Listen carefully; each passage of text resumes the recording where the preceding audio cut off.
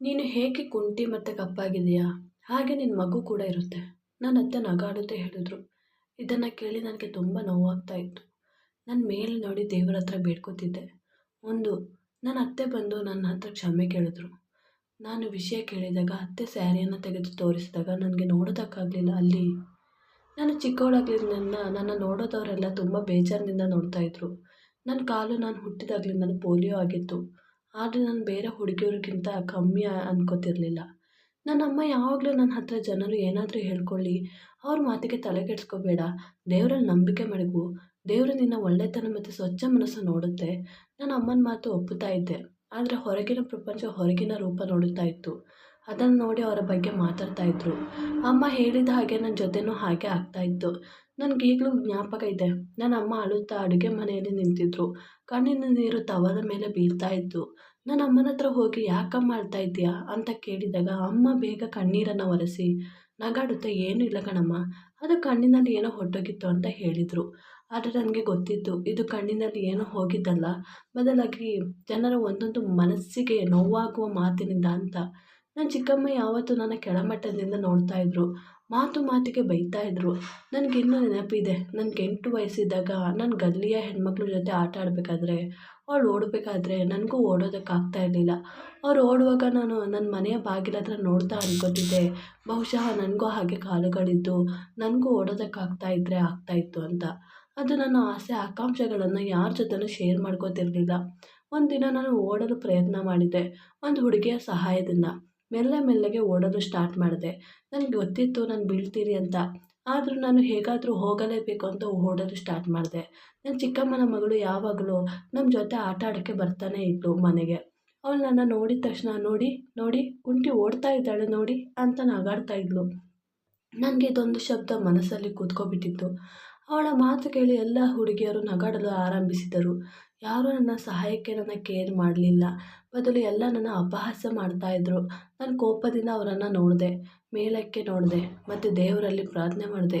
ದೇವರೇ, ನಾನು ನೀನು ಕೊಟ್ಟಲ್ಲಿ ಖುಷಿಯಾಗಿದ್ದೀನಿ, ನೀನು ನನ್ನ ಮೇಲೆ ಆಶೀರ್ವಾದ ಮಡಗು ಅಂತ. ಇದು ಮೊದಲನೇ ಸಲ ಅಲ್ಲ, ತುಂಬ ಸಲ ಹೀಗೆ ಆಗಿತ್ತು. ಆದರೆ ನಾನು ಯಾರಿಗೂ ತಿರುಗಿಸಿ ಏನೂ ಹೇಳ್ತಾ ಇರಲಿಲ್ಲ. ನನ್ನಮ್ಮ ಹೇಳಿದ್ರು, ಸುಮ್ಮನೆ ಇರೋದು ಒಂದು ಶಕ್ತಿ ಅಂತ. ನಾನು ಅದೇ ಪಾಲಿಸ್ತಾ ಇದ್ದೆ, ಸುಮ್ಮನೆ ಇರ್ತಾ ಇದ್ದೆ. ಹೀಗೆ ದೊಡ್ಡವಳಾದೆ.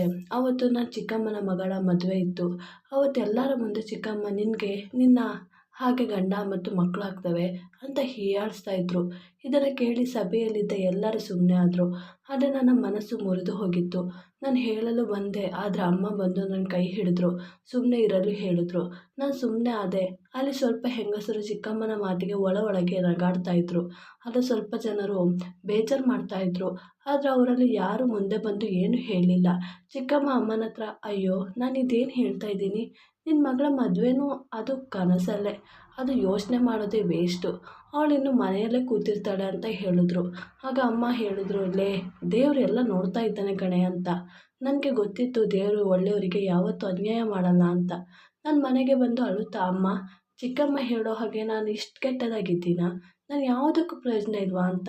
ಆಗ ಅಮ್ಮ 2 ಕೈಯಿಂದ ನನ್ನ ಮುಖ ಹಿಡ್ಕೊಂಡು ನನ್ನ ಕಣ್ಣೀರು ಒರೆಸುತ್ತಾ, ಅಯ್ಯೋ, ನೀನು ದೇವರಿಗೆ ಪ್ರಿಯಾದವಳು, ನೀನು ಜನರ ಮಾತಿಗೆ ತಲೆ ಕೆಡಿಸ್ಕೋಬೇಡ, ನೀನು ದೇವರಲ್ಲಿ ನಂಬಿಕೆ ಇಡು, ನಿನ್ನ ಜೀವನದಲ್ಲೂ ಒಳ್ಳೆಯದಾಗುತ್ತೆ. ಸ್ಕೂಲಲ್ಲೂ ಅಷ್ಟೇ, ಎಲ್ಲರೂ ನನ್ನ ಜೊತೆ ಮಾತಾಡುವಾಗ ದೂರದಲ್ಲೇ ಮಾತಾಡ್ತಾಯಿದ್ರು, ನನ್ನ ಬೇರೆ ಯಾರೋ ಥರ ನೋಡ್ತಾಯಿದ್ರು. ಆದರೆ ಅವರಲ್ಲಿ ಒಬ್ಬಳು ನನ್ನ ಬೆಸ್ಟ್ ಫ್ರೆಂಡ್ ಆಗಿದ್ಲು, ಸಹನಾ. ಅವಳು ನನ್ನ ಜೊತೆನೇ ಇರ್ತಾಯಿದ್ಲು. ಯಾರಾದರೂ ನನ್ನ ಅಪಹಾಸ್ಯ ಮಾಡಿದ್ರೆ ಅವಳೇ ಎದುರು ನಿಂತು ಉತ್ತರ ಕೊಡ್ತಾಯಿದ್ಲು. ನನಗೆ ಸಮಾಧಾನ ಮಾಡ್ತಾಯಿದ್ಲು.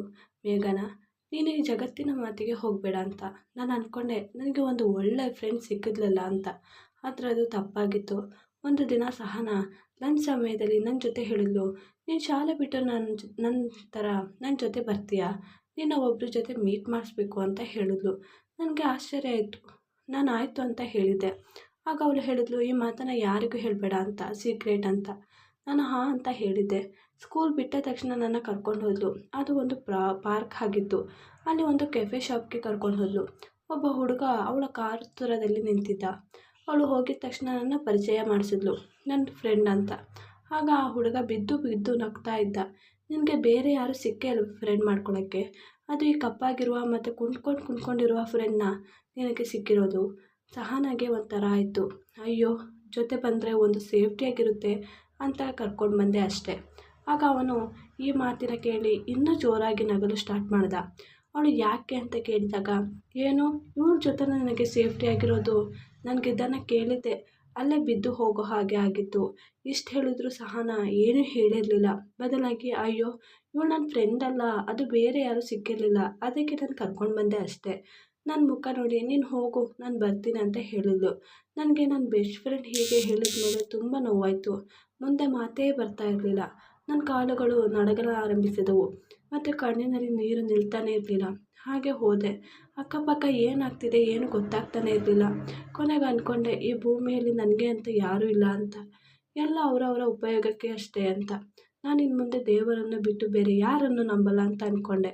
ಆಗಲಿಂದ ನಾನು ಓದಿನ ಕಡೆ ತುಂಬ ಆಸಕ್ತಿ ಹೊಂದಿದ್ದೆ. ಒಂದು ದಿನ ಪ್ರತಿಭಾ ಕಾರಂಜಿ ಇತ್ತು. ನಾನು ಅದಕ್ಕೆ ಹೆಸರು ಕೊಟ್ಟಿದ್ದೆ. ಅದು ಪ್ರಾರಂಭ ಬರೆಯೋದಕ್ಕೆ ಆಗಿತ್ತು. ನನಗೆ ಅಲ್ಲಿ ಜೀವನದ ಪಾಠದ ಬಗ್ಗೆ ಬರೆಯಲು ಕೊಟ್ಟಿದ್ದರು. ನನಗೆ ತುಂಬ ಖುಷಿಯಾಗಿತ್ತು. ಇದು ನನಗಿಂತ ಬೇರೆ ಯಾರಿಗೂ ಗೊತ್ತಿತ್ತು ಹೇಳಿ? ನಾನು ನನ್ನದೇ ಜೀವನದ ಬಗ್ಗೆ ಬರೆದೆ. ಅದರಲ್ಲಿ ನನಗೆ ಫಸ್ಟ್ ಪ್ರೈಸ್ ಸಿಕ್ಕಿತ್ತು. ಇದನ್ನು ಓದಿ ಎಲ್ಲರಿಗೂ ಬೇಜಾರಾಗಿತ್ತು. ನನ್ನ ಜೀವನದ ಮೊದಲನೇ ಪ್ರೈಸ್ ಆಗಿತ್ತು. ನನ್ನ ಅಮ್ಮನಿಗೆ ತುಂಬ ಖುಷಿಯಾಗಿತ್ತು ಅದನ್ನು ನೋಡಿ. ನಾನು ಛಲ ಬಿಡಲಿಲ್ಲ. ನನಗೆ ಅಂತ ಅಂಗವಿಕಲ ವೇತನ ಸಿಗ್ತಾಯಿತ್ತು. ಅದನ್ನು ಉಪಯೋಗಿಸಿ ಜನರ ಮಾತಿಗೆ ಕೇರ್ ಮಾಡದೆ ತುಂಬ ಓದಿದೆ. ಒಂದು ಬ್ಯಾಂಕ್ ಮ್ಯಾನೇಜರ್ ಆದೆ. ಸರ್ಕಾರ ನನಗೆ ಈ ಅವಸ್ಥೆ ಕಂಡು ಬೇಗ ಕೊಟ್ಟಿದ್ರು ಆಪರ್ಚುನಿಟಿ. ಎಲ್ಲರಿಗಿಂತ ನನ್ನ ಅಪ್ಪ ಅಮ್ಮ ತುಂಬ ಖುಷಿಯಾಗಿದ್ದರು. ಚಿಕ್ಕಮ್ಮನಿಗೆ ತುಂಬ ಜಲಸ್ ಕೂಡ ಆಗ್ತಾಯಿತ್ತು. ಅಲ್ಲಿ ನನಗೆ ಮೊದಲು 50,000 ಸಂಬಳ ಕೂಡ ಇತ್ತು. ಈಗ ನನ್ನ ಜೀವನ ತುಂಬ ಸುಖವಾಗಿ ಕಳೀತಾ ಇತ್ತು. ಅಲ್ಲಿ ಎಲ್ಲರೂ ನನಗೆ ಗೌರವ ಕೊಡ್ತಾಯಿದ್ರು. ನನಗೆ ಜೀವನದಲ್ಲಿ ಅಲ್ಲೇ ಅಷ್ಟು ಗೌರವ ಸಿಕ್ಕಿದ್ದು. ಆದರೆ ಈ ಕಡೆ ಚಿಕ್ಕಮ್ಮನ ಗಂಡನ ಬಟ್ಟೆ ಅಂಗಡಿ ಬೆಂಕಿಯಾಗಿ ಎಲ್ಲ ಕರಕಲಾಗಿತ್ತು. ತುಂಬ ಲೋನ್ ಸಾಲ ಕೂಡ ಮಾಡಿದ್ರು. ಬ್ಯಾಂಕ್ನವರು ಲೋನ್ ಕಟ್ಟಿಲ್ಲ ಅಂತ ಮನೆಯನ್ನು ವಶಕ್ಕೆ ಪಡ್ಕೊಂಡಿದ್ರು. ಚಿಕ್ಕಪ್ಪ ಸಾಲಬಾಧೆಯಿಂದ ಆತ್ಮಹತ್ಯೆ ಮಾಡ್ಕೊಂಡಿದ್ರು. ಚಿಕ್ಕಮ್ಮ ಈಗ ಒಬ್ಬಟ್ಟೆ ಆಗಿಬಿಟ್ಟಿದ್ರು. ಆಗ ನನ್ನ ಅಮ್ಮ ಕೈ ಬಿಡಲಿಲ್ಲ ಅವ್ರದ್ದು. ಕೊನೆಗೆ ಅಮ್ಮ ಅವರನ್ನು ನಮ್ಮ ಮನೆಗೆ ಕರ್ಕೊಂಡು ಬಂದರು. ಚಿಕ್ಕಮ್ಮ ತುಂಬ ಬದಲಾಗಿಬಿಟ್ಟಿದ್ರು. ಅವರ ತಪ್ಪಿನ ಅರಿವಾಗಿತ್ತು ಅವರಿಗೆ. ನನ್ನ ಕರೆದು ಕ್ಷಮೆ ಕೇಳಿದ್ರು. ನಾನು ಎಲ್ಲ ದೇವರು ನೋಡ್ಕೊತಾನೆ ಚಿಕ್ಕಮ್ಮ. ಆದರೂ ಅವ್ರ ಮಾತು ಮನಸ್ಸಲ್ಲಿತ್ತು. ಆದರೆ ನಾನು ಕ್ಷಮಿಸಿದ್ದೆ. ಹೀಗೆ ಇರಬೇಕಾದ್ರೆ ನಾನು ಬ್ಯಾಂಕ್ನಲ್ಲಿ ಕೆಲಸ ಮಾಡೋ ಅಕೌಂಟರ್ ನನಗೆ ಪ್ರಪೋಸ್ ಮಾಡ್ದ. ನನಗೆ ಅವನ ಬಗ್ಗೆ ಮೊದಲೇ ಗೊತ್ತಿತ್ತು. ಅವ್ನು ಮದುವೆ ಆಗಿದ್ದ, ಆದರೆ ಡೈವರ್ಸ್ ಆಗಿತ್ತು ಅಂತ. ಅದು ಅತ್ತೆ ಮತ್ತು ಸೊಸೆ ಜಗಳ ಆಡಿ ಕೊನೆಗೆ ಡೈವರ್ಸ್ ಆಗಿತ್ತು ಅಂತ ಗೊತ್ತಿತ್ತು. ನಾನು ಹೋಗಿ ಅಮ್ಮನ ಹತ್ರ ಹೇಳಿದ್ದೆ ಈ ವಿಷಯನ. ಅಮ್ಮ ಬೇಡ ಅಂದಿದ್ರು.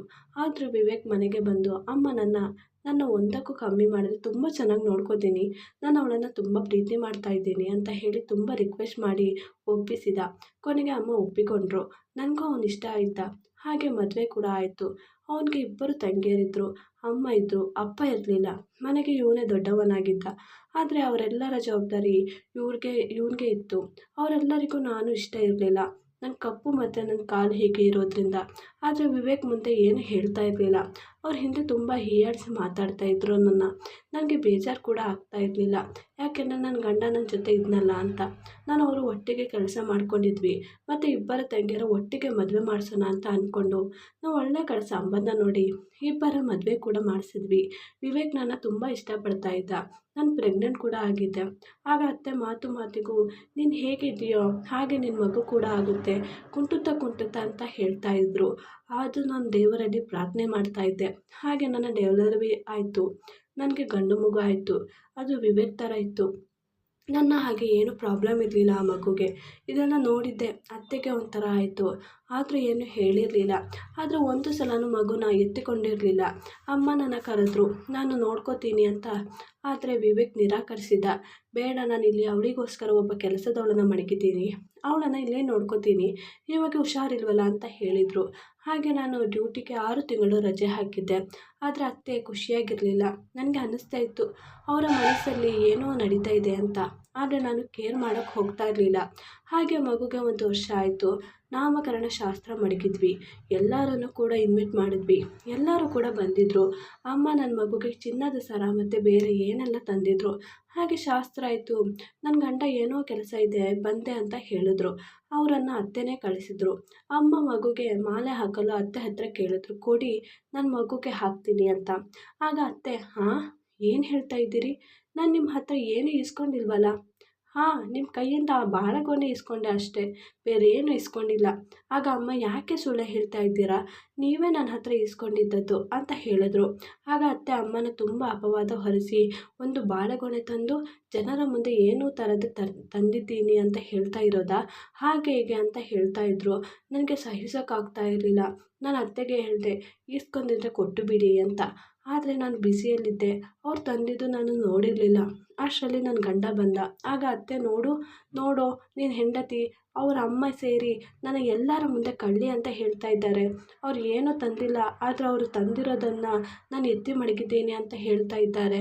ಅದು ಇದು ಸೇರಿಸಿ ಅಳುತ್ತಾ ಹೇಳ್ತಾ ಇದ್ರು. ನನ್ನ ಗಂಡ ಅವರ ಮಾತನ್ನು ನಂಬಿ ನನ್ನ ಅಮ್ಮನ ಮೇಲೆ ರೇಗಾಡಲು ಬಂದರು. ನನಗೆ ಸಹಿಸೋಕ್ಕಾಗಲಿಲ್ಲ. ನಮ್ಮಿಬ್ಬರ ನಡುವೆ ಜಗಳ ಕೂಡ ಆಯಿತು. ಮಾತು ಮಾತಿಗೆ ಅವ್ರ ಮನೆಯಿಂದ ಹೊರಗಡೆ ಹೋಗು ಅಂತ ಕೋಪದಿಂದ ಹೇಳಿಬಿಟ್ಟಿದ್ರು. ಇದೇ ಸಿಕ್ಕಿದ್ದು ಅಂತ ಅತ್ತೆ ಎಲ್ಲ ತಂದು ನನ್ನ ಸೇರಿ ಹೊರಗಡೆ ಹಾಕಿದ್ರು. ನನ್ನ ಅಮ್ಮನ ಜೊತೆ ಮಗುನ ಕರ್ಕೊಂಡು ಹೋದೆ. ನನಗೆ ತುಂಬ ನೋವಾಯಿತು, ನನ್ನ ಗಂಡ ನನ್ನ ಮಾತು ನಂಬಿಲ್ಲ ಅಂತ. ಅವರ ತಂಗಿಯವರು ಅಲ್ಲೇ ಇದ್ದರು. ಆದರೆ ಮಾರನೇ ದಿನವೇ ನನ್ನ ಗಂಡ ನನ್ನ ಮನೆಗೆ ಬಂದ. ನನ್ನ ಕ್ಷಮಿಸಿಬಿಡು, ನನ್ನಿಂದ ದೊಡ್ಡ ತಪ್ಪಾಗಿದೆ ಅಂತ ಹೇಳಿದ್ರು. ನನಗೆ ಅಮ್ಮ ಮತ್ತು ನನ್ನ ತಂಗಿಯರ ಪ್ಲ್ಯಾನ್ ಗೊತ್ತಾಯಿತು. ನಾನು ಬ್ಯಾಂಕ್ಗೆ ಹೋದಾಗ ಅಂತ ಹೊರಗಡೆ ಬಂದೆ. ಆದರೆ ಹೆಲ್ಮೆಟ್ ಮರೆತು ಹೋಗಿತ್ತು. ಆದರೆ ಅದೇ ಹೊತ್ತಿಗೆ ನನ್ನ ಫ್ರೆಂಡ್ನ ಕಾಲ್ ಬಂದಿತ್ತು. ಅವನ ಜೊತೆ ಮಾತಾಡಿ ಹೋಗೋಷ್ಟರಲ್ಲಿ ಸ್ವಲ್ಪ ಹೊತ್ತಾಗಿತ್ತು. ಮತ್ತು ಮನೆಗೆ ಹೋದೆ. ನೋಡಿದ್ರೆ ಅಮ್ಮ ಮತ್ತು ತಂಗಿಯರು ಕೂತಿದ್ರು. ಕೈಯಲ್ಲಿ ನಿನ್ನ ಅಮ್ಮ ತಂದ ಚಿನ್ನ ಹಿಡಿದಿದ್ರು. ನನ್ನ ತಂಗಿ ಹೇಳಿದ್ಲು, ಅಮ್ಮ ಹೇಗೋ ನಿನ್ನ ಪ್ಲ್ಯಾನಿಂಗ್ ಸಕ್ಸಸ್ ಆಯ್ತಲ್ಲ. ಅಯ್ಯೋ, ಅವಳನ್ನು ನಿಮ್ಮ ಮದುವೆ ಆಗೋವರೆಗೆ ಇಲ್ಲಿ ಇರಿಸ್ಕೊಂಡಿದ್ದೇ ಹೆಚ್ಚು. ಆ ಕುಂಟಿನ ಒಂದು ದಿನ ತಡ್ಕೊಳಕ್ಕಾಗ್ತಾ ಇರಲಿಲ್ಲ ನನಗೆ ನನ್ನ ಮುಂದೆ. ಆದರೆ ನಿಮ್ಮ ಮದುವೆ ಆಗಬೇಕಿತ್ತು. ನಿಮಗೆ ತುಂಬ ಚಿನ್ನ ವರದಕ್ಷಿಣೆ ಎಲ್ಲ ನಿನ್ನ ಅಣ್ಣನ ಕೈಯಲ್ಲಿ ಮಾತ್ರ ಆಗ್ತಾ ಇರಲಿಲ್ಲ. ಅದಕ್ಕೆ ನಿಮ್ಮ ಮದುವೆ ಆಗೋವರೆಗೆ ಅವಳನ್ನು ಇಲ್ಲಿ ಸಹಿಸ್ಕೊಂಡು ಕಾದೆ. ಅವರಿಬ್ಬರು ಸೇರಿ ನಿಮ್ಮ ಮದುವೆ ಅದ್ದೂರಿಯಾಗಿ ಒಂದಕ್ಕೂ ಕಮ್ಮಿ ಮಾಡದೆ ಮಾಡಿದ್ರು. ಆದರೆ ಆಗ ಏನಾದರೂ ಮಾಡೋದಾ ಅಂದರೆ ಅಷ್ಟು ಹೊತ್ತಿಗೆ ಪ್ರೆಗ್ನೆಂಟ್ ಆಗಿಬಿಟ್ಟಿದ್ಲು ಪೀಡೆ. ಸರಿಯಾದ ಸಮಯ ಸಿಕ್ಕಿರಲಿಲ್ಲ. ಆದರೆ ನಾಮಕರಣ ದಿನ ಸರಿಯಾಗಿಬಿಟ್ಟಿತ್ತು. ಬೇಗ ಯಾರು ನೋಡದೇ ಇರೋ ಟೈಮಲ್ಲಿ ಅವರ ಹತ್ರ ಚಿನ್ನ ಇಸ್ಕೊಂಡೆ ಮತ್ತು ಮೆಲ್ಲಗೆ ತಂದು ನನ್ನ ರೂಮಲ್ಲಿ ಮಡಗಿದ್ದೆ. ನನ್ನ ಮೇಲೆ ಅಪವಾದ ಹೊರಿಸಿದ್ದಾರೆ ಅಂತ ನಾಟಕ ಆಡಿದೆ. ನಿಮಗೆ ಗೊತ್ತು, ನಿಮ್ಮ ಅಣ್ಣನಿಗೆ ನಾನು ಹತ್ತಿರ ನೋಡೋದಕ್ಕಾಗಲ್ಲ, ನನಗೆ ಬೇರೆ ತಡ್ಕೊಳಕ್ಕಾಗಲ್ಲ ಅಂತ. ಹಾಗೆ ತುಂಬ ಅವ್ರು ಹೇಳಿದೆ ಇರೋದನ್ನೆಲ್ಲ ಹೇಳಿಕೊಟ್ಟೆ. ಹೇಗೋ ದೂರ ಮಾಡಿದೆ. ಇನ್ನು ಅವನ ತಲೆಗೆ ತುಂಬಿ ಮೊದಲನೇ ಹೆಂಡತಿಗೆ ಡೈವರ್ಸ್ ಕೊಡಿಸ್ದ ಹಾಗೆ ಇವಳ ಜೊತೆನೂ ಡೈವರ್ಸ್ ಕೊಡಿಸ್ಬೇಕು ಅಂತ ಹೇಳಿ ಮಾತಾಡ್ಕೊತಿದ್ರು. ನನಗೆ ತಡ್ಕೊಳಕ್ಕಾಗಲಿಲ್ಲ. ನಾನು ಸೀದಾ ನಿನ್ನ ಹತ್ರ ಬಂದೆ. ಆಗ ನಾನು, ನೀವು ನಿಮ್ಮ ಅಮ್ಮನಿಗೋಸ್ಕರ ತಾನೇ ಮಾಡಿದ್ದು. ಯಾವ ಮಕ್ಕಳಿಗೂ ಅವ್ರ ಅಮ್ಮನ ರೋದನೆ ನೋಡೋದಕ್ಕಾಗಲ್ಲ. ಎಲ್ಲರೂ ಹೀಗೆ ರಿಯಾಕ್ಟ್ ಮಾಡೇ ಮಾಡ್ತಾರೆ. ನನಗೆ ಮನಸ್ಸಲ್ಲಿ ಏನೂ ಇಲ್ಲ ಅಂತ ಹೇಳಿದೆ. ನನ್ನ ಅಮ್ಮನ ಕಾಲು ಹಿಡಿದು ಕ್ಷಮೆ ಕೇಳಿದ್ರು. ನನ್ನ ಕರ್ಕೊಂಡೋದ್ರು ಅಲ್ಲಿಂದ. ಹೋದ ತಕ್ಷಣ ಅವರಿಗೆ ನನ್ನ ನೋಡಿ ಶಾಕ್ ಆಗಿತ್ತು. ಆಗ ನನ್ನ ಗಂಡ ಅಮ್ಮನ ರೂಮಿಗೆ ಹೋಗಿ ಆ ಚಿನ್ನ ತಂದು ತೋರಿಸಿದರು. ಮತ್ತು ಹೇಳಿದ್ರು, ನಿಮ್ಮ ಪ್ಲ್ಯಾನಿಂಗ್ ಬಗ್ಗೆ ಎಲ್ಲ ಗೊತ್ತಾಗಿದೆ ನನಗೆ. ನಿಮಗೆ ಒಂದು ಕ್ಷಣ ನನ್ನ ಹೆಂಡತಿನ ನೋಡೋಕ್ಕೆ ಇಷ್ಟ ಆಗದೆ ಇರೋ ಆದಮೇಲೆ ನಾವಿಲ್ಲಿದ್ದು ಪ್ರಯೋಜನ ಇಲ್ಲ ಕಣಮ್ಮ. ನಾನು ಬೇರೆ ಮನೆ ಮಾಡಿ ಹೆಂಡತಿನ ಕರ್ಕೊಂಡು ಹೋಗ್ತೀನಿ. ನಿನಗೆ ತಿಂಗಳು ನಾನು ಹಣ ಕಳಿಸ್ತೀನಿ ಅಂತ ಹೇಳಿ ಕರ್ಕೊಂಡು ಹೋದರು. ಅಲ್ಲಿ ಅತ್ತೆ ಒಬ್ಬಂಟಿ ಆಗಿಬಿಟ್ಟಿದ್ರು. ಆದರೆ ಒಂದು ದಿನ ಸಂತೆಗೆ ಹೋದಾಗ ಬಿದ್ದು ಕಾಲು ಮುರಿದಿತ್ತು. ನಾನು ಹೋಗಿದಾಗ ಅವರ ಸ್ಯಾರಿಯನ್ನು ಎತ್ತಿ ತೋರಿಸಿದರು. ಕಾಲು ನೋಡೋದಕ್ಕಾಗ್ತಾ ಇರಲಿಲ್ಲ. ಇಬ್ಬರು ಹೆಣ್ಮಕ್ಳು ತಿರುಗಿ ಕೂಡ ನೋಡಿರಲಿಲ್ಲ ಅವರನ್ನು. ನಾನು ನನ್ನ ಗಂಡ ಅವರ ಚಿಕಿತ್ಸೆ ಮಾಡಿಸಿ ಅವರನ್ನು ನನ್ನ ಮನೆಗೆ ಕರ್ಕೊಂಡು ಬಂದರು. ನೋಡ್ಕೋತಿದ್ದೆ ಚೆನ್ನಾಗಿ. ಅವರಿಗೆ ಈಗ ಅರ್ಥ ಆಯಿತು ಮತ್ತು ಅವ್ರು ಮಾಡಿದ ತಪ್ಪು ಅರಿವಾಗಿತ್ತು. ಅವರಿಗೆ ಕಾಲು ಇಲ್ಲದ ಜೀವನ ಎಷ್ಟೊಂದು ಕಷ್ಟ ಅನ್ನೋ ಅನುಭವ ಕೂಡ ಆಗಿತ್ತು. ನನ್ನ ಹತ್ರ ಕ್ಷಮೆ ಕೂಡ ಕೇಳಿದ್ರು. ಯಾವತ್ತೂ ಯಾರನ್ನು ಹೀಯಾಳಿಸಿ ನೋಡಬಾರ್ದು. ಕೊನೆಗೆ ಅವರೇ ನಿಮ್ಮ ಕಷ್ಟಕಾಲಕ್ಕೆ ಉಪಯೋಗ ಆಗೋದು. ಈ ಸ್ಟೋರಿ ಇಷ್ಟ ಆದಲ್ಲಿ ಪ್ಲೀಸ್ ನನ್ನ ಚಾನಲ್ನ ಲೈಕ್ ಆ್ಯಂಡ್ ಸಬ್ಸ್ಕ್ರೈಬ್ ಮಾಡಿ. Thanks for watching.